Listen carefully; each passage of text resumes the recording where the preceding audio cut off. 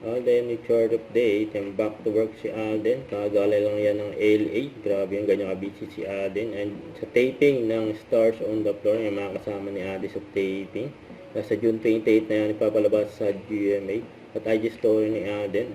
And nagmakdo pa nga si Alden sa Hong Kong. At kalat pa nga sa social media yung post ni Alden about sa bike niya. Sabi niya, shout out to Cathay Pacific for fracturing my bike frame and unloading my bike box and bike rack on my way home to the Philippines.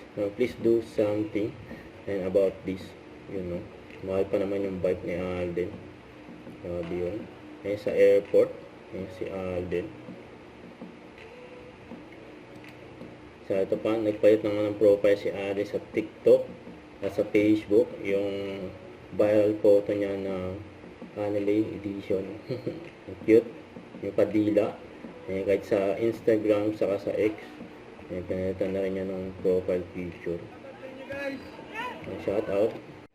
Don't forget to subscribe, click the notification bell for more update. This is Richard the Action Vlog. Stay tuned for more videos. See ya.